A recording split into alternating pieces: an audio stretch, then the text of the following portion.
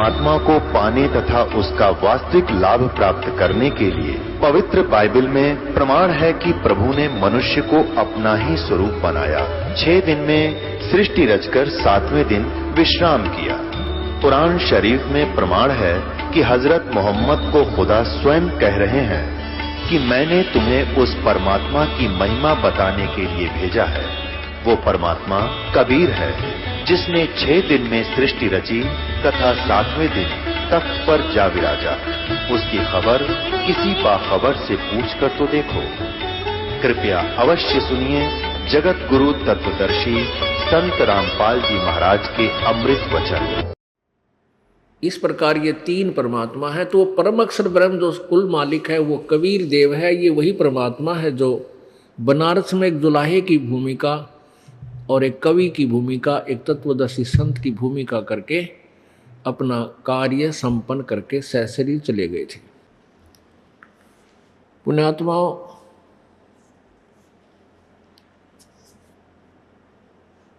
ऋग्वेद मंडल number 9 और सूक्त number 82 और 86 में, वैसे तो वेदों के अंदर पूर्ण रूप से पूरी महिमा कबीर परमेश्वर यानी परम अक्षर ब्रह्म उस पूर्ण परमात्मा की ही वर्णित है। लेकिन हम परमात्मा की परिभाषा से अपरिचित रहे, क्योंकि जिनको हम वेदों के ज्ञाता मानते थे, विद्वान मानते थे, वो वेदों के ज्ञान से अपरिचित थे। केवल एक संस्कृत भाषा जरूर अवश्य जानते थे। अब उस पर उन्होंने परमात्मा की परिभाषा को विपरीत कर रखा है कि भगवान निराकार है, केवल वो सर्वव्यापक है, कहीं एक स्थान पर नहीं रहता।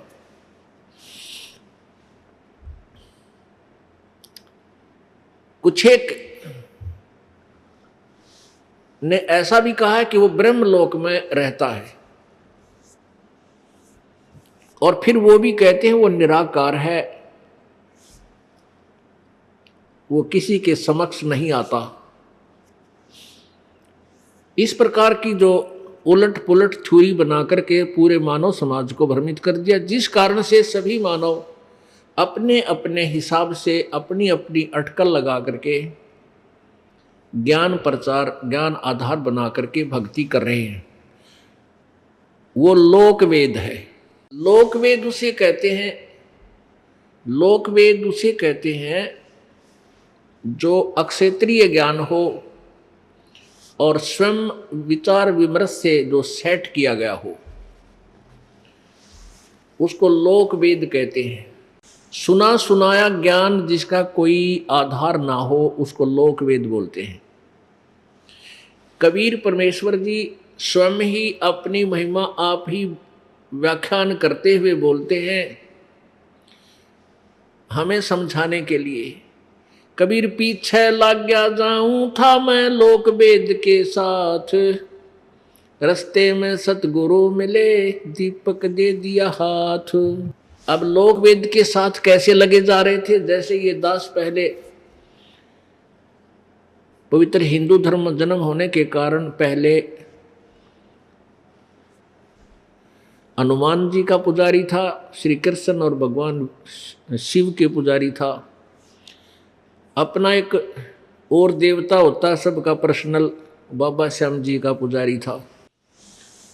फिर जो भी कोई देवता के विषय में और भी कोई महिमा सुनी तो उसके भी पुजारी थे। हम श्री कृष्ण और श्री रामचंद्र जी को सुप्रीम पावर मानकर आश्रित थे। ब्रह्मा विष्णु महेश जी को हम सुप्रीम पावर मानते थे। इनको अजरो अमर सुना करते थे। इनके कोई माता पिता नहीं है, ये हम इस ज्ञान से हम परिचित थे। ये लोकवेद था, ये दंत कथा थी, यानी एक दूसरे से सुनी सुनाए। ये यथार्थ ज्ञान नहीं था, ये तत्व ज्ञान नहीं था। गीता जी अध्याय नंबर 4 के श्लोक नंबर 32 में बताया है कि जो अभी श्लोक 25 से लेकर 31 तक मैंने आपको वर्णन किया है अर्जुन, कि कोई ऐसी साधना करता है, कोई देवता पूजता है, कोई केवल व्रत रखता है, कोई प्राणायाम आदि करके, कोई योगा पर तक सीमित है। इस प्रकार के ज्ञान परमात्मा सच्चिदानंद घन की वाणी में ब्रह्मणे मुखे विस्तार से कहे गए हैं। वो विशेष ज्ञान है, वो वास्तविक ज्ञान है, वो तत्व ज्ञान है। और चौथे अध्याय के 34वें श्लोक में कहा है कि उस तत्व ज्ञान को तू तत्वदर्शी संतों के पास जाकर समझ। तत्वदर्शी संत की पहचान बताई है 15वें अध्याय के 5वें मंत्र में कि जो उल्टे लटके हुए संसार रूपी वृक्ष के सभी पार्ट्स को, सभी विभागों को, जैसे तना कौन है, कौन भगवान समझो, क्योंकि संसार का वृक्ष का एग्जाम्पल दे करके प्रभुओं की उनकी अपनी अपनी महिमा समझाई गई है, प्रभु की परिभाषा बताई गई है। जो संत उल्टे लटके हुए संसार रूपी वृक्ष के पत्ते आदि सभी विभागों को विस्तार से बतावे, स वेदवित, वह वेद के तात्पर्य को जानने वाला है। तो कबीर परमेश्वर जी ने आकर स्वयं ही बताया था, अक्षर पुरुष एक पेड़ है, निरंजन वा की डार, और तीनों देवा शाखा हैं, ये पात रूप संसार। तो कहने का भाव यह है कि परमात्मा कह रहे हैं कि पीछे लग गया जाऊं था मैं लोक वेद के साथ। हमें बता रहे हैं जो अज्ञानतावश शास्त्र विरुद्ध साधना और ज्ञान ग्रहण किए हुए थे। रस्ते में सतगुरु मिले और दीपक दे दिया हाथ। ओह, अज्ञान रूप अंधेरे में लोक वेद के आधार से जो साधना यानी भक्ति के सफर में, भक्ति के मार्ग में जो हम अंधेरे में ठोकरें खा रहे थे, उसमें हमें तत्व ज्ञान रूपी एक दीपक प्रभु ने, सतगुरु ने दे दिया। अब उसकी रोशनी में हम ठोकर खाने से बच गए, हम देखकर ठीक मार्ग से चल रहे हैं, और पहले हम आंख अंधेरे में भटक रहे थे। तो परमात्मा कह रहे हैं कि पीछे लग गया जाऊं था मैं लोकवेद के साथ। लोकवेद क्या था? हम श्री राम, श्री कृष्ण, ब्रह्मा, विष्णु, महेश जी को अजर अमर, इनके कोई माता पिता नहीं है, ऐसा मान करके इनको सर्वेश्वर, महेश्वर, सर्वज्ञ और मृत्युंजय, कालज्ञ, सर्वेश्वा, सबके मालिक, कुल के सज्जनहार, पता नहीं के उपमा दे रखी थी। अब पहले मानव समाज अशिक्षित था, केवल एक यानी हिंदू समाज पहले अशिक्षित था, लेकिन हिंदू समाज का एक वर्ग जिसको ब्राह्मण कहते थे, वो मुट्ठी भर होते थे, बहुत ही कम संख्या में। वो टीचर होते थे, उनको गुरु कहते थे, और हम समझते थे कि ये गुरु जी हैं, ये बड़े विद्वान हैं, संस्कृत को जानते हैं, और वेदों और गीता और पुराणों को इन्होंने ठीक से समझा है, और ये जो ज्ञान हमें बता रहे हैं वो फाइनल है। जबकि कबीर परमेश्वर जी 600 वर्ष पहले कहा करते थे, धर्मदास में अब मैं तुमसे, धर्मदास ये जग बौराना, कोई ना जाने पद निर्वाणा। कोई भी मोक्ष मार्ग से परिचित नहीं है, और यही कारण मैं कथा पसारा, सबसे कही एक राम न्यारा। राम राम सब कोई बखाने, आदि राम कोई बिरलाए जाने। अब मैं तुमसे कहूं चिताई, त्रिदेवन की उत्पत्ति भाई। अपनी प्यारी आत्मा धर्मदास जी को परमात्मा ने बताया कि अब मैं तुमसे कहूं चिताई, तेरे तीन त्रिदेवन की, ब्रह्मा विष्णु महेश का जन्म बताता हूं कैसे हुआ। तो क्या बताते हैं कि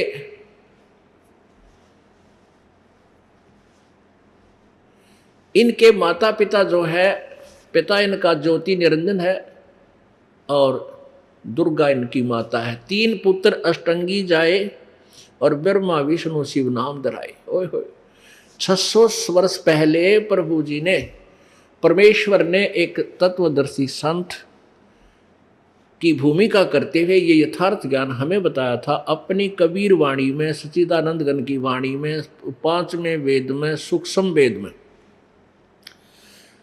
लेकिन उस समय हम परमात्मा की इस अमर वाणी पर विश्वास नहीं कर सके, क्योंकि हम यानी मानव समाज, हिंदू समाज, पवित्र हिंदू समाज उन नकली गुरुओं के द्वारा भ्रमित कर दिया गया था कि कबीर जी अशिक्षित हैं, इनको अक्षर ज्ञान नहीं है, इसलिए ये वेदों और गीता और पुराणों से अपरिचित हैं, ये झूठ बोल रहा है कि ब्रह्मा विष्णु महेश के माता पिता हैं, ये नासवान है।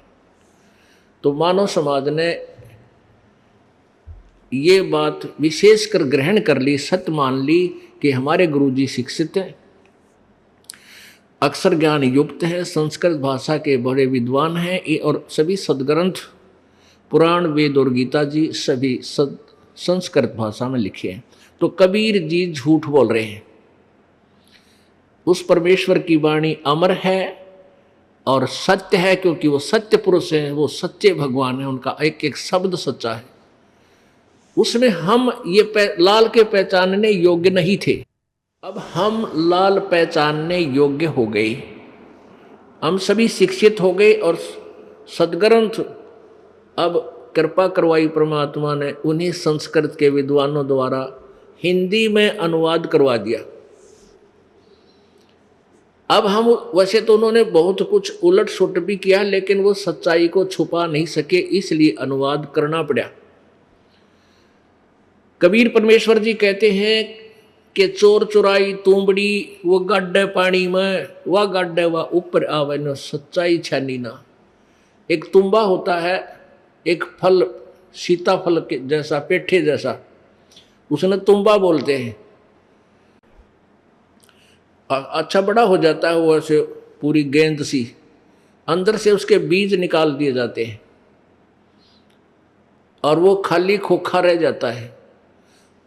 तो कहते हैं किसी चोर ने वो तुम्बा चुरा लिया और उसको छुपाने के लिए पानी में छुपाने लगा, वो नीचे छोड़ कर आवे वो साथ ही ऊपर आ ले, वो नीचे दबावे वो साथ ही ऊपर आ जावे, यानी दबया नहीं, छुपा नहीं।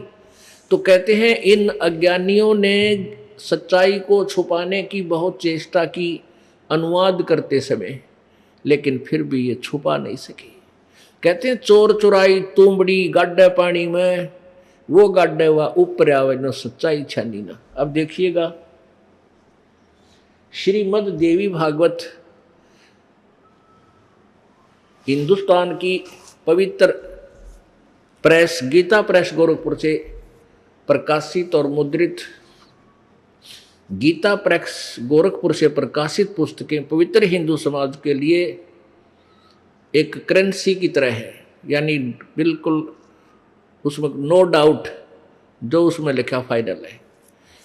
और उसको पढ़कर पवित्र हिंदू समाज इस बात को समझ रहा है कि हमें गलत ज्ञान ग्रहण था, हम समझ नहीं सके। अब वो पुण्यात्माएं जाग रही हैं, क्योंकि जिन्होंने परमात्मा चाहिए वो अनाड़ी नहीं होते, वो बहुत पोलाइट होते हैं और वो तुरंत सत्य को देखकर स्वीकार कर लेते हैं। और परमात्मा कहते हैं जान बूझ साची तो जय और करे झूठ ते ने, और ताकि संगति है प्रभु सोपन में बिना दे। आँखें देख के और सब प्रमाण देख रहे हैं, फिर भी कोई नहीं मानता है, तो कहते हैं परमात्मा उसके तो दर्शन भी ना हो इसे निकम्मे के, क्योंकि वो भगवान नहीं चाहता, वो शत्रु है इस समाज का, मानव समाज का। वो उल्टा ज्ञान ग्रहण किए हुए है और सत्य को मानना नहीं चाहता। तो जो परमात्मा की महिमा को आंखों देखकर मान लेते हैं वो पुण्यात्मा होते हैं और मानना चाहिए। ये देखिएगा श्रीमद् देवी भागवत में ब्रह्मा विष्णु महेश की जीवनी पढ़कर सुनाते हैं आपको। दास ने नहीं लिखा, गीता प्रेस गोरखपुर से प्रकाशित है। अनुवादक कौन है ये आपके सामने दिखा देता हूँ। देखिए ये गीता प्रेस गोरखपुर से प्रकाशित है श्रीमद् देवी भागवत, और ये इसके संपादक हनुमान प्रसाद पोदार चिमन लाल गोस्वामी। ये कहाँ से प्रकाशित और मुद्रित है और अच्छी तरह डिटेल से देख लीजिए। प्रकाशक में मुद्रक हैं गीता प्रेस गोरखपुर, गोविंद भवन कार्यालय कोलकाता का संस्थान। इसके तीसरे सकंद में 123 पृष्ठ पे कति क्लियर कर रखा है, और सकंद तीसरा यहां देखिएगा 123 पृष्ठ पे। भगवान विष्णु अपनी माता दुर्गा की महिमा कर रहे हैं। तुम शुद्ध स्वरूपा हो, यह संसार, यह सारा संसार तुम्ही से उद्भासित हो रहा है। मैं ब्रह्मा और शंकर, मैं विष्णु, ब्रह्मा और शंकर, हम सभी तुम्हारी कृपा से विद्यमान हैं। हमारा आविर्भाव माने जन्म और तिरोभाव मीन मृत्यु, हमारा तो जन्म और मृत्यु हुआ करता है। केवल तुम ही नित्य हो, जगत जननी हो, प्रकृति और सनातनी देवी हो। अब भगवान शंकर बोले देवी, यदि महाभाग विष्णु तुम्ही से प्रकट हुए हैं, अर्थात विष्णु का जन्म भी आपसे ही हुआ है, तो उनके बाद उत्पन्न होने वाले ब्रह्मा भी आप ही के बच्चे हुए, बालक हुए। फिर मैं तमोगुणी लीला करने वाला शंकर क्या तुम्हारी संतान नहीं हुआ?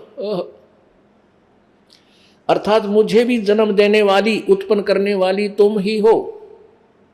सिवे संपूर्ण संसार की सृष्टि करने में तुम बड़ी चतुर हो। इस संसार की सृष्टि, सतिथि और संहार में तुम्हारे गुण सदा समर्थ हैं। उन्हीं तीनों गुणों से उत्पन्न हम ब्रह्मा, विष्णु एवं शंकर नियमानुसार कार्य में तत्पर रहते हैं। ये तो हमारे पवित्र सदग्रंथ बोल रहे हैं, बता रहे हैं। पवित्र श्रीमद् देवी भागवत अर्थात दुर्गा पुराण ने, देवी पुराण ने सिद्ध कर दिया कि ब्रह्मा, विष्णु, महेश का जन्म मृत्यु होता है। ये अविनाशी नहीं है, नाशवान है। और दुर्गा इनकी माता है। रजगुण ब्रह्मा है, सतगुण विष्णु, तमगुण शिव जी। ये हमारे सदग्रंथ आज हमें प्रमाणित कर रहे हैं। ये 600 वर्ष पहले भी ऐसे ही लिखा था, पर वो ही अंग्रेज इसमें संस्कृत में लिखा था और हम पढ़ नहीं सके। और अन्य वर्ग को ब्राह्मण के अतिरिक्त संस्कृत पढ़ना अलाउड भी नहीं था, ऐसा प्रतिबंध था। अब परमेश्वर ने क्या बताया था 600 वर्ष पहले, वो भी सुनिए। धर्मदास ये जग बोराना, कोई न जाने पद निर्वाणा। परमात्मा कह रहे हैं, अपनी प्यारी आत्मा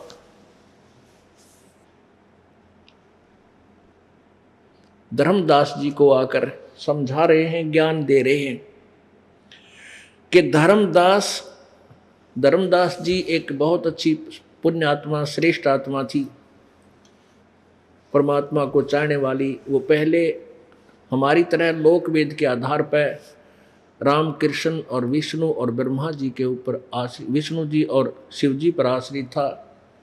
जैसे भी उनके गुरु जी ने ज्ञान दिया था, रूपदास जी ने, वो 68 तीर्थों की भी यात्रा किया करता था और एकादशी का व्रत भी करता था। जैसा भी हम सभी डले ढो रहे थे, वो भी ढो रहा था। परमेश्वर कबीर जी सतलोक से आकर उन्हें मिले थे। अपनात्माओं, हमने परमात्मा को पहचानना है। और ये सत्संग एक टीचिंग प्लेस है, एक शिक्षा स्थल है और आप विद्यार्थी हैं।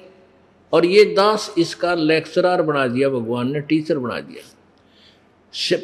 स्पिरिचुअल टीचर बोलते हैं, स्पिरिचुअल टीचर, स्पिरिचुअल लीडर, इस धार्मिक शिक्षक बना दिया।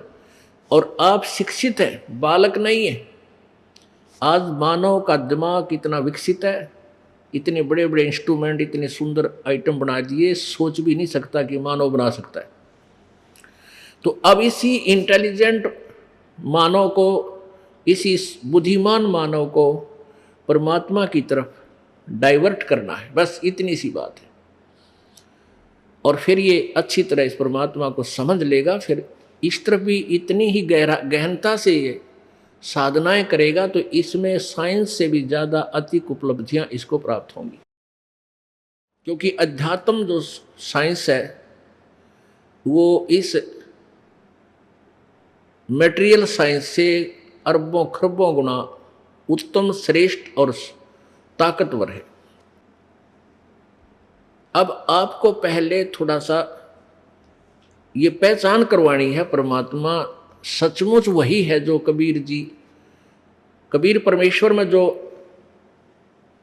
गुण हैं कबीर परमेश्वर जी में, जो लक्षण हैं जो हमने 600 वर्ष पहले उनके विषय में लिखा हुआ आज पढ़ा, तो वो वेद भी समर्थन कर रहे हैं। देखिएगा पवित्र वेद हमें क्या परमेश्वर की बारे में क्या बता रहे हैं। परमेश्वर कहा करते थे कबीर जी, वेद मेरा भेद है, मैं ना वेदन के माही, जौन वेद से मैं मिलूं वो वेद जानते नाही। गीता जी अध्याय नंबर 4 के श्लोक नंबर 32 में कहा है कि जो 25 से लेकर 31 तक जो ज्ञान मैंने बताया है अर्जुन, कोई ऐसी अनुष्ठान करता है, कोई ऐसे अनुष्ठान करता है, कोई ऐसी साधनाएं करता है, इस प्रकार की बहुत विस्तार से साधना है ब्रह्मणे मुखे। अब गीता जी को आप पढ़ोगे तो आपको उसमें अनुवाद गलत किया मिलेगा। उन्होंने ब्रह्मणे का अर्थ वेद लिख दिया और मुखे का अर्थ लिख दिया वाणी। उन्होंने वेद की वाणी लिख दिया, जबकि लिखना था सच्चिदानंद घन ब्रह्म की वाणी। ब्रह्मणे का अर्थ आप देखिएगा गीता जी अध्याय नंबर 17 के श्लोक नंबर 23 में, ओम तत्सत इति निर्देश है ब्रह्मणे त्रिविद समर्थ है। वहां इन्होंने ही अनुवाद किया है, अनुवादकर्ता गीता प्रेस गोरखपुर वालों ने कि उसमें लिखा है ब्रह्मणे माने सच्चिदानंद घन परम, यानी पूर्ण परमात्मा परमेश्वर। तो यहाँ हम सच्चिदानंद जो ब्रह्मणे का अर्थ है चौथे अध्याय के 32वें श्लोक में, यहाँ हमने ब्रह्मणे का अर्थ लिख लेना चाहिए सच्चिदानंद घन, बाकी ठीक है। मुखे माने वाणी में, सच्चिदानंद घन की वाणी में, अर्थात 5वें वेद में, सूक्ष्म वेद में, परमेश्वर के मुख से उच्चारित, मुखे माने मुख में, जो मुख से उच्चारित मुख्य ज्ञान में, उसमें विस्तार से कहे गए हैं। तो वो परमात्मा कहते थे कि वेद मेरा भेद है, मेरे ही विषय में बता रहा है, पर मैं मिलो वेदन में नाही, मैं वेदों की में वर्णित विधि से मेरी प्राप्ति नहीं हो सकती, क्योंकि उसमें ऑप्शन छोड़ दी। यजुर्वेद अध्याय नंबर 40 के श्लोक नंबर 10 से 13 में स्पष्ट किया है कि कोई तो परमात्मा को उत्पन्न होने वाला, जन्म लेने वाला मानता है, कोई जन्म ना लेने वाला, कोई साकार, कोई निराकार। इसका विशेष ज्ञान तो तत्वदर्शी संत बताएंगे, उनसे सुनो। वही पवित्र गीता जी अध्याय नंबर 4 के श्लोक नंबर 34 में कहा कि उस ज्ञान को जो चौथे अध्याय के 32वें श्लोक में जिस सच्चिदानंद घन की वाणी के विषय में लिखा है, उस तत्व ज्ञान को, उस 5वें वेद को तू तत्वदर्शी संतों के पास जाकर समझ, उनको दंडवत प्रणाम करने से, कपट छोड़कर उनके समक्ष प्रार्थना करने से वो तत्वदर्शी संत तुझे परमात्म तत्व के बारे में, यानी उस परम अक्षर ब्रह्म के बारे में जानकारी देंगे। तो परमात्मा कहते हैं कि जिस वेद से मैं मिलूं, वेद माने ज्ञान, जिस ज्ञान से, वो 5वां वेद जो है उसमें लिखी है परमात्मा की महिमा की वाणी, उसके पाने का विधि, कौन सा सतनाम है, वो 2 अक्षर का नाम कौन है, सार नाम क्या है, तो ये वेदों में और गीता जी में नहीं है। इसलिए कहता है जौन वेद से, जिस ज्ञान से मैं मिलूं ये चारों वेद जानते नहीं। अब देखियो वेद परमात्मा का भेद कैसे बता रहे हैं कबीर जी का, परम अक्षर ब्रह्म का। देखिएगा ऋग्वेद मंडल नंबर 9, अब मैं आपको दिखाएंगे ये कहाँ से प्रकाशित है। प्रकाशक हैं सार्वदेशिक कार्य प्रतिनिधि सभा, महर्षि दानंद भवन, रामलीला मैदान, नई दिल्ली। कहाँ से मुद्रित है? Prince offset printers, 1510 Pataudi house, नई दिल्ली, दरियागंज नई दिल्ली। अब इसके देखिए सूक्त नंबर 86 के मंत्र नंबर 26 और 27 में, ऋग्वेद मंडल नंबर 9 सूक्त नंबर 86 और मंत्र 26-27 आपको पहले दिखाते हैं। ऋग्वेद मंडल नंबर 9 सूक्त नंबर 86 यानी 86, मंत्र नंबर 26। इसमें क्या है कि यज्ञ करने वाले यजमानों के लिए परमात्मा, यज्ञ माने साधना, अनुष्ठान, धार्मिक अनुष्ठान करने वाले यजमानों यानी साधकों के लिए परमात्मा सब रास्तों को सुगम करता हुआ, उनके सब रास्ते खोल देता है, खोलता हुआ उनके विघ्नों यानी संकटों को मर्दन करता हुआ, नष्ट करता हुआ और उनको पवित्र करता हुआ और अपने रूप को सरल करता हुआ, यानी अपने वास्तविक रूप जो तेजों में रूप है उसको हल्का तेज पुंज का रूप धारण करके करता हुआ वह कांति में यानी तेजों में परमात्मा कबीर। अब यहां देखें इसको, कबीर अतो, इन्होंने इसको लिख दिया ऐसे कवि ही, हम इसको कबीर भी बोल देते हैं, हम इसको कबीर देव भी कह सकते हैं, कबीर भगवान। हम कबीर देव बोलने लगे, हम इसको अपभ्रंश करके, ये है ऐसे ही। वेद इसको कवि बोलते हैं, हम उसको कबीर देव कहते हैं, हम उसको कबीर देव, कबीर साहब, कबीर अल्लाह, अल्लाहू अकबर ऐसा बोलते हैं। वो कबीर है, कबीर देव है, हम यहाँ कबीर देव भी लिख सकते हैं। इन्होंने लिखा है वो परमात्मा सर्वज्ञ है, विद्युत के समान क्रीड़ा करता हुआ यानी बिजली जैसी गति से चलता हुआ, वर्णीय पुरुषों यानी श्रेष्ठ मनुष्यों को, अच्छी आत्माओं को मिलता है, प्राप्त होता है, आता है। आगे देखो 27 में क्लियर कर दिया, प्रेम की वे सैकड़ों धाराएं जो नाना रूप में स्थिति को लाभ कर रही हैं वे परमात्मा को प्राप्त होती हैं। प्रकाश पुंज परमात्मा वो तेज पुंज का भगवान। गरीबदास जी कहते हैं तेज पुंज तन दे धरकर अन्य दे धरकर इस विध हमको भेंट ही, यहाँ इसलिए इस प्रकार आके मिलते हैं हमारे को। तेज पुंज परमात्मा को बुद्धि वृत्तियां विषय करती हैं, जो परमात्मा ध्रुवलोक के तीसरे पृष्ठ पर विराजमान है, यानी सतलोक में जो रहता है उसके आखिरी हिस्से पर विराजमान है, वो वहाँ रहता है, प्रकाश रूप है, और वह प्रकाश रूप है यानी तेजों में है, उसको बुद्धि वृत्तियाँ प्रकाशित करती हैं। अब देखो 82, अब देखिएगा 82 में 82 में ऋग्वेद मंडल नंबर 9 का सूक्त नंबर 82, इसमें 1, 2, 3 ये आपको श्लोक दिखाते हैं जो कति क्लियर करेंगे। ये देखिएगा ऋग्वेद मंडल नंबर 9 सूक्त नंबर 82 और मंत्र नंबर 1।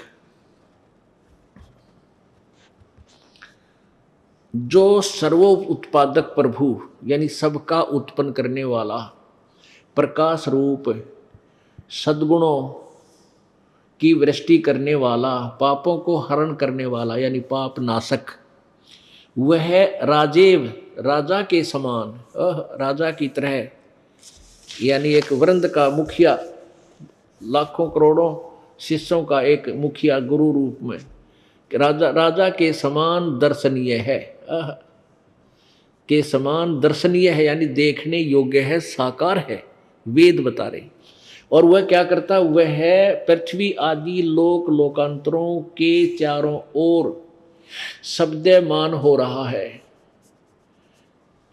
अब आगे देखिए क्या होगा, वह वर्णीय पुरुषों को, वर्णीय माने श्रेष्ठ पुरुषों को, भक्तों, वर्णीय माने अच्छे पुरुषों को, जो दृढ़ भक्त हैं उनको पवित्र करता हुआ प्राप्त होता है, उनको आकर मिलता है। अच्छे भगत हैं जो पक्के,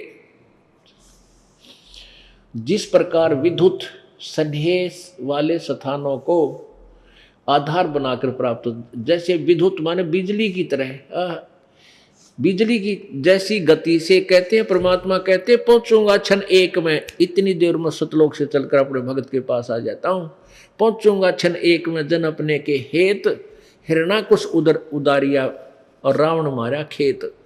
कहते ये सब खेल हमारे किए हुए थे, तुम अनजान पड़े में किसी और प्रभुओं पर महिमा लादे हुए थे। अब यही वेद बताते हैं कि वो अपने श्रेष्ठ भक्तों को आकर मिलता है और बिजली जैसी गति से। नानक साहब कहते हैं नीच जात परदेसी मेरा छिन आवे छिन जावे बे, वो नीच जात दानक रूप रहा करतार, कहते नीच जात परदेसी मेरा, छिन आवे छिन जावे, एक सेकंड में, यहाँ एक सेकंड में, सेकंड के भी कोई हिस्सों में फ्रिक्शन ऑफ सेकंड में वहाँ पहुँच जाता है। अब यही वेद बता रहे हैं, यही आंखों देखा वो संत बता रहे हैं, जो परमात्मा के गवाह हैं, साक्षात्कार किए हुए हैं, साक्षी हैं। अब 2 में देखो, ऋग्वेद मंडल नंबर 1 आप 9 का 82 सूक्त आपने मंत्र 1 पढ़ा। अब 2 में देखो, हे परमात्मन, उपदेश करने की इच्छा से आप सच्चा ज्ञान देने की इच्छा से, तत्व ज्ञान प्रसार करने की इच्छा से आप महापुरुषों को प्राप्त होते हो, आके अच्छी आत्माओं को मिलते हो, और आप अत्यंत गतिशील पदार्थ के समान, यानी बिजली की तरह समान हमारे आध्यात्मिक यज्ञ को प्राप्त होते हो। जहाँ भी धार्मिक अनुष्ठान होता है वहाँ आप तुरंत पहुँच जाते हो। आप सर्वज्ञ हैं, आप कबीर हैं, हम इसको कहते हैं आप कबीर देव हैं। यहाँ पर लिखा है ये कबीर वेधस्य, अब यहाँ इन्होंने लिख दिया वो आप सर्वज्ञ हैं, हम इसको लिख दें आप कबीर देव हैं, शुद्ध स्वरूप हैं, हमारे पापों को दूर करके हे सोम आप हमको सुख दें, और प्रेम भाव से उत्पन्न करते पवित्रता को उत्पन्न करें। आगे देखो, अब ऋग्वेद मंडल नंबर 9 सूक्त 82 यानी 82 के 3रे मंत्र में, पवित्र यज्ञों में रक्षा से आप प्राप्त होते हैं, और पृथ्वी आदि लोकांतरों में गति करते हुए, यानी वहाँ से कहते हैं गोता मारू स्वर्ग में, अर्जा पैठू पाताल, गरीबदास ढूंढता फिरो, कबीर जी कहते हैं अपने हीरे माने लाल। सर्वव्यापक आप है, ये आप है शब्द है, आप है, आप यानी सर्वव्यापक इन्होंने अपनी तरफ से लिख दिया, जैसा भी फिर भी स्वयं गतिशील होकर वहाँ से चलकर विराजमान होते हैं। इससे क्या सिद्ध हो गया कि वो परमात्मा राजा की तरह दर्शनीय है, साकार है, तीसरे ऊपर सतलोक में 3रे हिस्से में यानी टॉप मोस्ट प्लेस्ड पर रहता है, क्योंकि सतलोक के भी 3 विभाग हैं वहाँ पर। ऐसे ही काल ने भी ब्रह्मलोक के 3 विभाग किए हुए हैं, अपने स्वर्गलोक के, सतलोक के नहीं, स्वर्ग ब्रह्मलोक के, क्योंकि काल ने उस सतलोक की ही डुप्लीकेट यहाँ नकल की हुई है इस जीव को भ्रमित कर भरमाए रखने के लिए।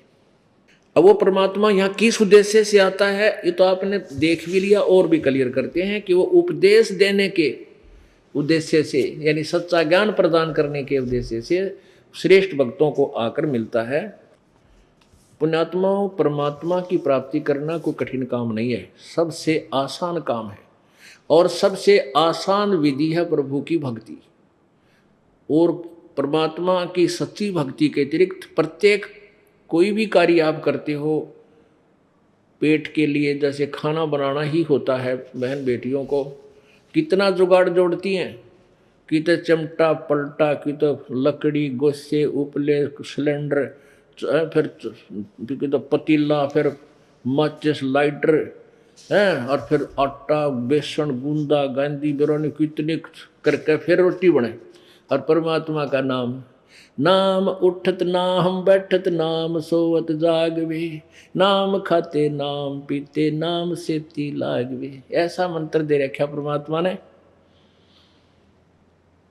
चलते फिरते याद हो जाए 2 4 10 बार उनको याद करने में। और फिर सांस का सिमरण है, सांस तो आवे ही आवेगा, थोड़ा सा ध्यान और ला ले, सांस आ रहा है जा रहा है, इस पर वो मंत्र और ला ले, इसके साथ जोड़ दे। चलते फिरते बस में, सफ़र में, कहीं भी आप जब भी टाइम लगे, जब वह भक्ति कर, उसमें ना कुछ इकट्ठा करना, ना किता अग्नि जलानी, ना आटा गूंदना, ना कोई चमटा पलटा कड़छी इकट्ठी करनी, कितना आसान। लेकिन हमें ये ज्ञान मिला को नहीं, हमारे को तो वो मिल गए वो हठ योग करने वाले, जंगल में बैठ के धूना पर तप्पा, कि तो बर्फ में खड़े हो गए जोटियाँ की तरह, कि तो जल में खड़े हो गए। हमने सोचा करते भाई ये पाओगे भगवान, हमारा नंबर नहीं। अब पता चला वो तो डले डोया करते, वो तो शास्त्र विरुद्ध साधना करते थे। अब आपको दिखाते हैं और परिपक्व करते हैं। ये देखिएगा ऋग्वेद मंडल नंबर 9 सूक्त नंबर 20 9 सूक्त नंबर 20 का मंत्र नंबर 1। ये कबीर देव है, कबीर देव स्पष्ट है। कबीर देव वह परमात्मा, कबीर का अर्थ लीजिए ना मेधावी, और अवय माने सबका रक्षक।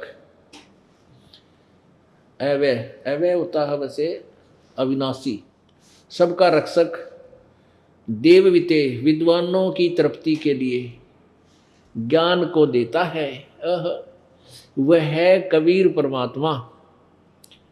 अब मान लें इनकी बात को कि वह कवि, वो कवि रूप में आता है। वैसे वो ऋग्वेद मंडल नंबर 9 के और सूक्त नंबर 96 के मंत्र 16, 17, 18, 19 और 20 में वो स्पष्ट किया है कि वो परमात्मा कबीर देव है, और वो अपनी महिमा की वाणी अपने 5वें वेद को, इस तत्व ज्ञान को लोकोक्तियों के माध्यम से, कविताओं के माध्यम से बोल बोल कर, उच्चारण करके, आवाज लगा लगा के बोलता है। इसलिए वो प्रसिद्ध कवियों में से भी एक होता है। लेकिन वो होता है भगवान, वो होता है प्रभु। तो यहां भी वही बताते हैं कि वो परमात्मा वो कबीर वाणी के द्वारा अपना ज्ञान देता है। वही गीता जी अध्याय नंबर 4 के श्लोक नंबर 32 में सच्चिदानंद घन की वाणी कहा है, लिखा है ब्रह्मणे मुखे। अब यहां उसी के विषय में देखिए ऋग्वेद मंडल नंबर 9 सूक्त नंबर 20 मंत्र नंबर 1 में वह परमात्मा कबीर देव, ये कबीर मेधावी है और उस सब का रक्षक है, विद्वानों की तृप्ति के लिए ज्ञान को देता है, और सहनशील है, संपूर्ण दुष्टों को संग्रामों में तिरस्कृत करता है। वैसे तो बहुत से प्रमाण और भी हैं, एक और भी दिखाना पड़ेगा आपको कि वो परमात्मा तीसरे धाम में रहता है। अब फिर देखिएगा यही ऋग्वेद मंडल नंबर 9 और सूक्त नंबर 96, ऋग्वेद मंडल नंबर 9 सूक्त नंबर 96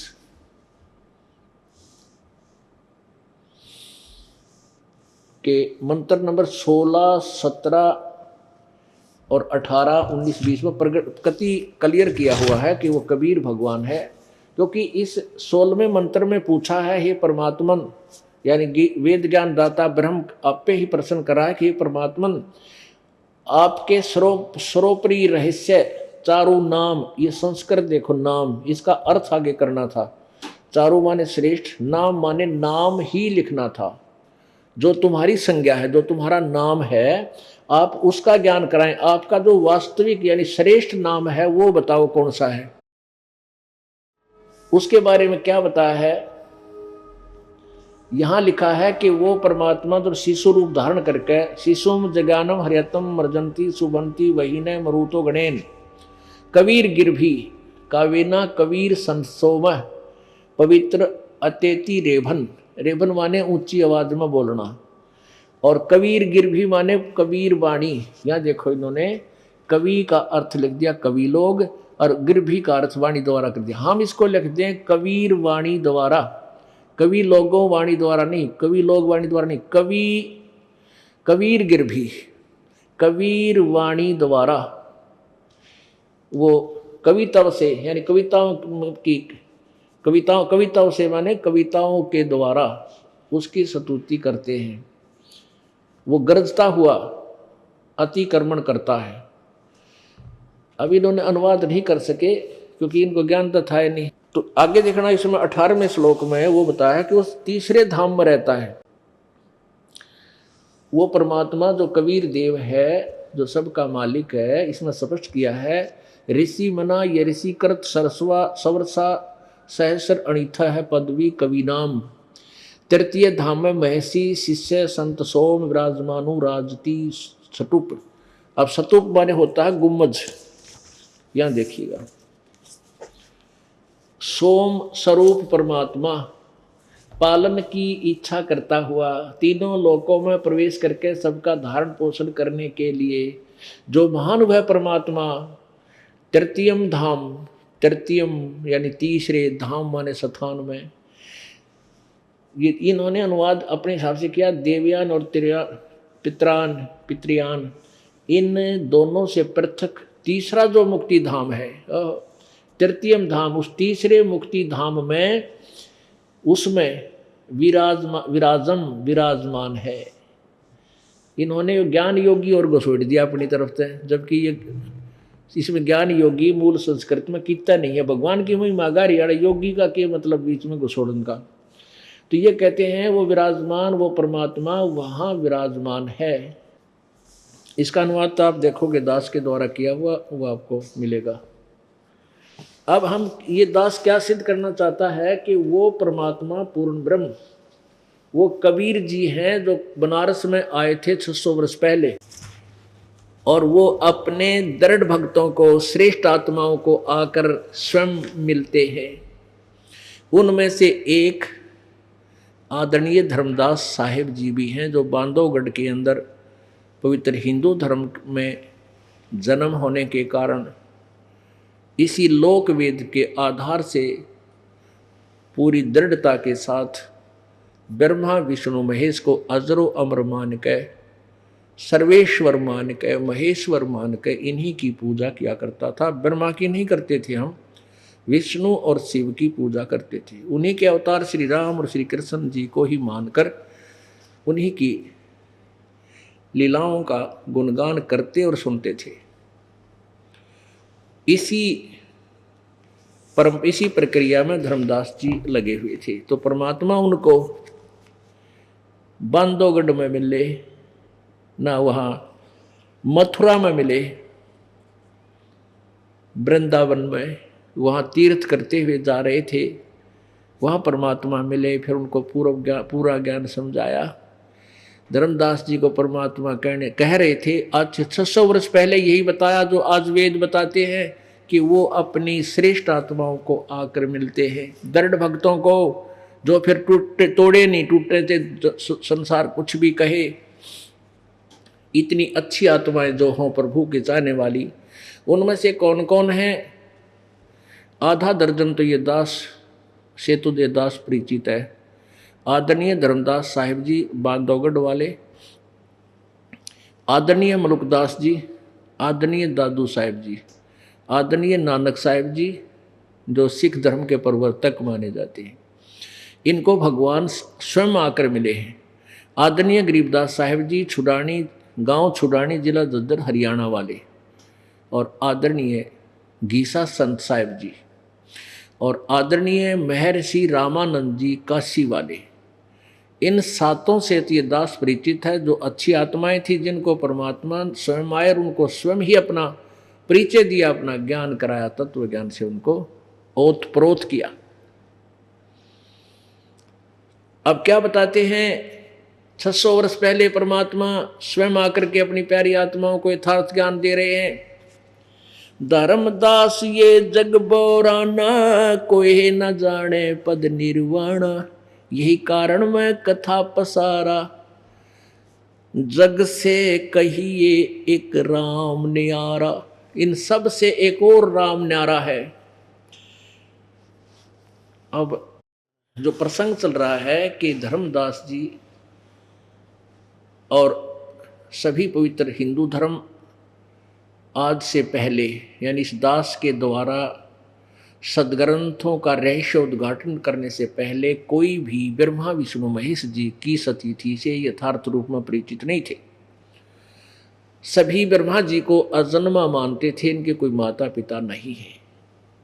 जबकि परमेश्वर 600 वर्ष पहले आकर बताया करते थे इनका जन्म मृत्यु होता है, ये अविनाशी नहीं है। अभी आपने श्री देवी भागवत गीता प्रेस गोरखपुर से प्रकाशित तीसरे स्कंद प्रश्न नंबर 123 पर देखा, विष्णु जी कहते हैं कि हमारा तो जन्म आविर्भाव जन्म तिरोभाव में मृत्यु होता है, हम अविनाशी नहीं हैं। शंकर भगवान कहते हैं कि हम ब्रह्मा और विष्णु हम आप ही से उत्पन्न हुए हैं, आपकी संतान हैं। और रजगुण ब्रह्मा है, सतगुण विष्णु, हम आपके तीनों गुणों से उत्पन्न, हम ब्रह्मा विष्णु महेश आप ही के तीनों गुणों से उत्पन्न है, अर्थात रजगुण ब्रह्मा है, सतगुण विष्णु, तमगुण शिव जी। और वो ज्ञान परमात्मा वेदों और गीता पुराणों वाला अपनी सिंपल लैंग्वेज में, साधारण भाषा में, कि जन साधारण समझ ले किसी प्रकार मेरे ज्ञान को। लेकिन हमने विश्वास नहीं हुआ अपने भगवान पर, उस लाल को हम पहचान नहीं सके, क्योंकि हम लाल पहचानने योग्य नहीं थे। अपने आत्मा एक कथा सुनाऊंगा, आप सुनाता हूँ, बाद में परमात्मा की अमर वाणी आपको सुनाता हूँ। एक समय एक नगर में दो लाला जी रहते थे, दो भाई। उनमें से छोटे की मृत्यु होगी, उसके दो पुत्र थे। अब उनके पुत्र की मृत्यु, पिता की मृत्यु हो जाने के बाद लड़के ऐसे ही थे, कोई 16 वर्ष का, कोई 18 वर्ष का। एकदम अंधेरा छा गया। उनकी माता ने जब उनके क्रियाक्रम से निमट लिए, माता जी ने कहा, बेटा तुम अपने ताऊ जी से, यहाँ हरियाणा में ताऊ कहते हैं पिताजी के बड़े भाई को, यानी एल्डर अंकल कह लो, अंग्रेजी में को होता है। तो उस ताऊ जी ते आप जाओ, मिलो और उनसे प्रार्थना करो कि आपको कुछ दिन पार्टनरशिप में, आपको अपने उस व्यवसाय में, बिजनेस में हिस्सेदारी कर लें, हिस्सेदार बना लें। और बेटा मेरे पास तेरे पिताजी के समय का, तेरे पिताजी के समय के ये लाल रखे हैं, एक पोटली में बांध रखे, गांठ गठड़ी में इतने सारे अच्छे, और वो छुपा कर रख रखी थी। अगले बेटा ये लाल ले जाओ, तेरे ताऊ जी को दे देना और उनको कह देना कि पैसे तो हमारे पास है नहीं, आप ये लाल रख लो, इनके फिर पैसे हमारे पास हो जाएंगे, जब लाल छुड़वा लेंगे आप हमारा हिस्सेदारी कर लो। तो बच्चों ने जाकर ऐसा ही, जैसा माता जी ने कहा था, बच्चों ने जाकर अपने ताऊ जी से, एल्डर अंकल तय जाकर कहा कि ताऊ जी मेरी माता जी ऐसे ऐसे प्रार्थना कर रही है, हमारे पास ये लाल हैं, पैसे नहीं हैं, इनको गिरवी रख लो और जब हमारे पास पैसे हो जाएंगे हम छुड़वा लेंगे, हमारा हिस्सा कर लो। तो वो ताऊ जी कहने लगा, बेटा मैं तो बगैर पैसे के ही तुम्हारा हिस्सा करने को तैयार था, तुम मेरे भाई के बच्चे हो, तुम मुझसे मेरे से दूर थोड़े ही हो, आपका दुख मैं थोड़ा ही देख सकता हूँ। पर उसने जब गठड़ी खोल कर देखा वह पोटली, सेठ ने, उनके ताऊ जी ने वापस बांध कर न्यू बोला, बेटा इसको ले जाओ और तेरी माँ को कह दे चौकस रख ले, रख लेगी इन सबको, आवश्यकता होगी तब मैं मंगवा लूँगा तुम्हारे पर, तेरी माँ के पास से। अभी मेरी उधार बहुत चलती है दूर देश में, और तुम मेरे साथ चलो, हिस्सा कर लो और फिर आके वापस जावांगे जब ले चलेंगे। उन दोनों बच्चों को ने जाकर वो पोटली अपनी माता जी को दे दी और कहा, माता जी ऐसे ऐसे ताऊ जी कह रहे हैं। तो उसकी माँ बोली, बेटा कोई बात नहीं, आपका पैसा कभी ले लियो, आकर चौकस रखूंगी, संभाल कर रख दिया। अब वो दोनों बच्चों को ले गया दूसरे शहरों में, जहाँ से वो माल खरीद कर लाता था, कुछ उधार भी लाता था। तो दोनों बच्चों को साथ लेकर बिजनेस किया, कुछ सामान बुक करा लिया कि इतना बोरी आटे की, गेहूं की, इतनी बूरा की। तो एक स्थान से 50,000 रुपये का सामान उधार के लिए बुक करा लिया एक लाला जी तय, और कहा कि हम आपके पैसे फिर दे देंगे, वापस आएंगे तब। जब वो जहाँ रुके हुए थे तीनों, उनका अंकल और वो दोनों बालक जिस धर्मशाला में रुके हुए थे वहां आ गए। वहां आकर के उस ताऊ जी ने एक लाल उठा कर, चमकली सी वस्तु गोल गोल, उन बच्चों से कहा बेटा जाओ ये लाल है, उस सेठ को दे दो जिसे 50,000 का सामान हमने उधार लिया है, और कहना ये लाल हमारा गिरवी रख लो, वापस हम आएंगे तुम्हारा पैसा दे देंगे, अपना लाल वापस ले लेंगे। अब वो दोनों बच्चे गए, सेठ जी से कहा ले लाला जी, मेरे ताऊ जी ने कहा ये लाल है, इसको गिरवी रख लो, अपने पास रख लो, ये 50,000 का सामान हमने लिया है, फिर आएंगे तो तुम्हारे पैसे दे देंगे, लाल अपना ले लेंगे। अब उस सेठ ने बुलाया वो एक व्यक्ति जौहरी जो लाल की परख करना जानता था, उसको दिखा के भी देख ये लाल ओरिजिनल है या डुप्लीकेट। उस जौहरी ने अपना जंतर मंतर करके चेक करा, कहने लगे भाई तो डुप्लीकेट है, लालड़ी है, लालड़ी लालड़ी है ये तो 200 रुपये की भी कोई ना, ये 50,000 की बात, 1 लाख का, लाखों रुपए का होता है वो लाल तो। अब उस सेठ ने जिसे पैसा लिया था वो गली में मारा फेंक के, और 36 सुनाई बली बुरी कि तेरे ताऊ जी भाई ऐसे इतना दिखा करते, ये ठग हो गए, ठगे हैं, मैं के नट्टू था, फिर आके दे दो, इधर ठगन लग गए हैं, लाल की जगह लालड़ी बतावें। तो खूब अच्छी बुरी कही, वो बालक डर गए, घबरा गए, एकदम चिंतित हो गए। गली में से लाल उठा कर आगे ताऊ जी से कहा, ताऊ जी वो लाला जी तो बड़ा निकम्मा, आप इस लाल को एक आदमी बुला, उसने कोई और दूसरी दुकान पर था, वो ने बोला ये लालड़ी है, लाल को नहीं। और लाला जी तो घना गर्म हो गया, बाहर फेंक दी सड़क पर। अन्य बोला ये तो 200 रुपये की भी कोई ना लालड़ी, लाल तो लाख रुपए का उसे है, तुम ठग हो, तुम्हारा ताऊ ठग तो नहीं था, पर ठगन क्यों लग गया हमारे को, ऐसी क्या आपत्ति आ गई, मैं क्या मना करूं था उसको उधार से। अब वो ताऊ जी तो जान था कि क्या रिएक्शन होगा इनके साथ, तो फिर वो कहता रहे बेटा वो सेठ गलत नहीं भाई, ठीक कह रहा था, ये तो लालड़ी है रे, सचमुच मेरे से गलती से दे दी बेटा।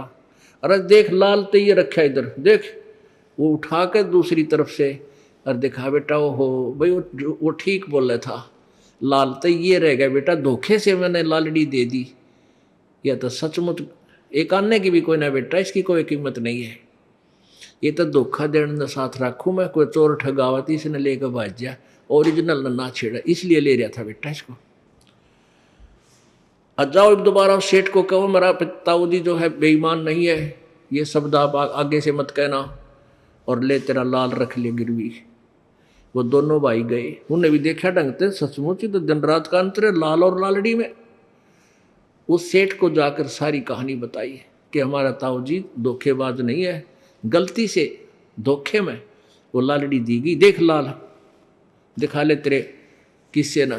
तो उसने फिर वही व्यक्ति बुलाया सेठ ने, उसने आते ही चेक करके बता दिया हाँ ये लाल है, ओके है। अब वो सेठ जिससे उधार ली थी वो कहता है देखो बालको देखो, थरा आँखों तो ये ऐसा हो सा लाल है। कहने का भाव ये उन बच्चों को ऐसा झटका लग गया, वो घटना वो भूल नहीं सके, और लाल और लालड़ी की पक्की दृढ़ निश्चय हो गया कि इसी लाल है, ऐसी लालड़ी होती है, और लालड़ी तो एक आने की भी कोई नहीं। दोनों बच्चे और वो ताऊ जी लेकर अपना सामान जहाज के द्वारा घर आ गए। ताऊ जी ने कहा कि बेटा जाओ तुम्हारी माँ पर वो लाल ले आओ, और फिर चलेंगे ना कल परसों वापस, तो उन लाल ले चलेंगे, और भाई और सामान किसी का कई उधार हो रही है उन्हें ठीक दे दिवा का अपना कर्जा उतारेंगे। दोनों बच्चे भागे गए घर पे, और जाते कहते माँ वो लाल दे। माँ बोली आगे बेटा आ जाओ रोटी खाओ। न बोले रोटी पाछे खाओ, खाना पीछे खाएंगे, पहले लाल दे, वो कहाँ जल्दी निकाल। ताऊ जी को दे के आते हैं, बहुत पैसा कुछ कर्ज हो गया, और वो कहते भाई ये ले आइयो वो लाल। उसकी माँ बोली ले बेटा न्यो के न्यो रख रखे मैंने तो संभाल के। और बलका ने सोची तुम देख लो लाल है लालड़ी के, ताऊ जी के सामने शर्मिंदा होना पड़े। उन्हें वही खोल कर देख लिया, वो लालड़ी थी, लाल नहीं थे। माँ तो उनको लाल समझ के गिठड़ी बांध के संभाल कर रख रही थी। और बच्चे इस परख करने योग्य कर दिए उस सेठ ने, ताऊ जी ने, कि अपने लाल और लालड़ी ने वो आप पहचान दें। ताऊ जी ने ना कहना पड़े, वो पता तो था उसको कि लालड़ी है, लाल नहीं। तो वो लड़के कहने लगे, माँ उड़े पटक दिए ठाके उन बच्चा ने वहीं पर चूल्हे में।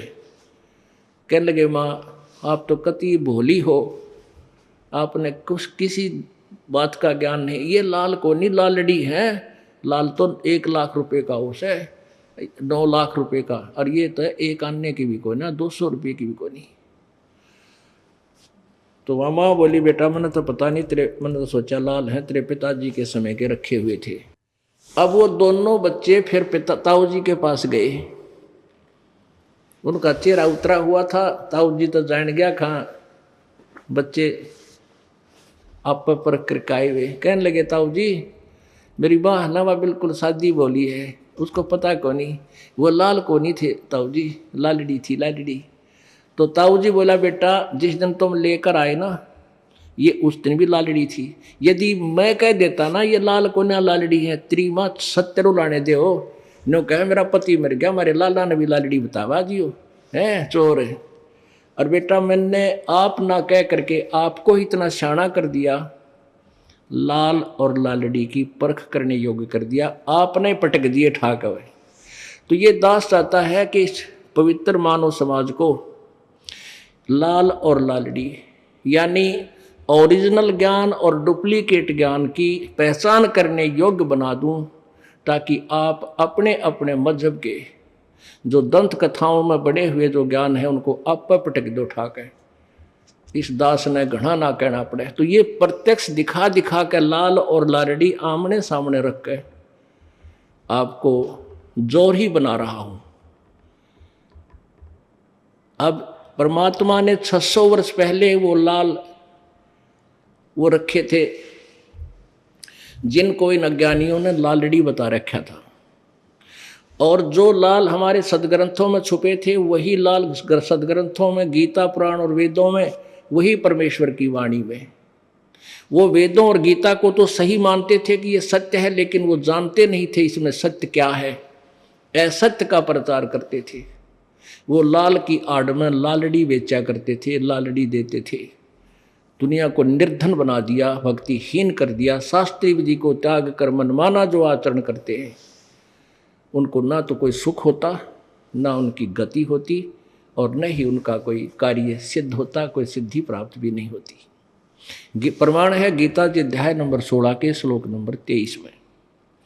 अब वो परमात्मा क्या बताते थे, धर्मदास ये जग बोराना, कोई न जाने पद निर्वाणा। के धर्मदास ये पूरा विश्व विचलित है,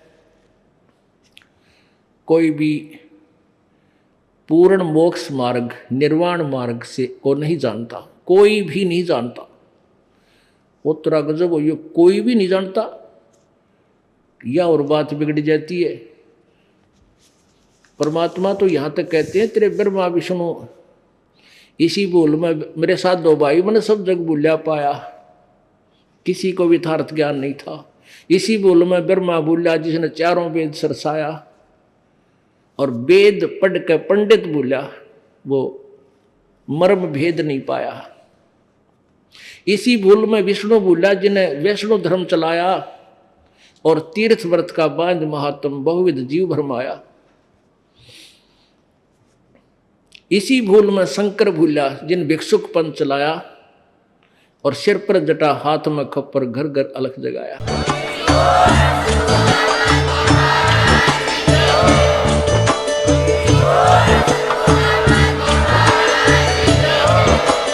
आप सुन रहे थे जगत गुरु तत्वदर्शी संत रामपाल जी महाराज जी के मंगल प्रवचन। अधिक जानकारी के लिए विजिट कीजिए हमारी वेबसाइट www.jagatgururampalji.org।